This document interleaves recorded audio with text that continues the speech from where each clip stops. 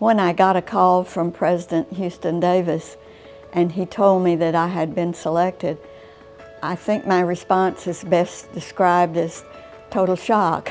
Nan Snow deserves this award for a multitude of reasons. If you know Nan, you know right away where she graduated.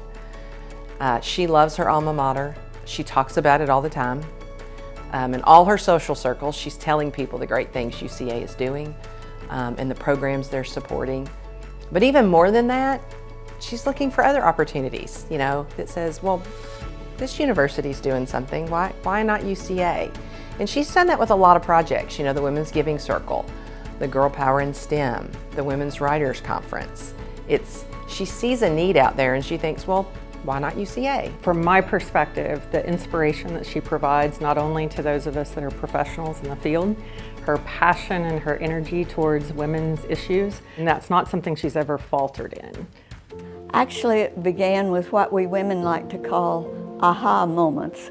In high school in Harrison, there was no girls' basketball team, and some of us wanted badly to play basketball, so we went to the superintendent of schools and asked him for a team, and he said no, it wasn't ladylike, so he refused us, and that was something we didn't forget, as you might imagine. And then the other time was when I was an experienced newspaper reporter, and my husband and I married and moved to Little Rock, and I thought the newspaper in Little Rock would be glad to have my experience and would hire me, and they told me they didn't allow women in the city room. And so those two things, I think, really did spark not just for myself, but my desire to help other women too, which I devoted a lot of time to.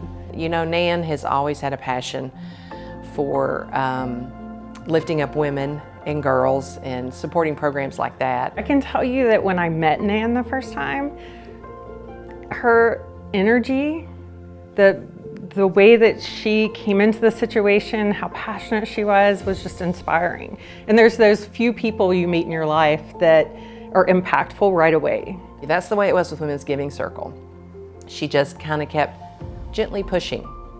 Well, Jan, let's do this. What about this?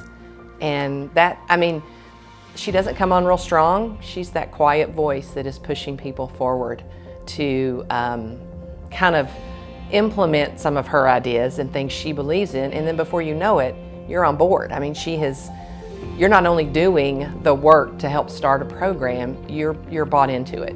She's convinced you why it's important. It is one of my greatest memories of my first several years at UCA was the ability to work so closely with Nan.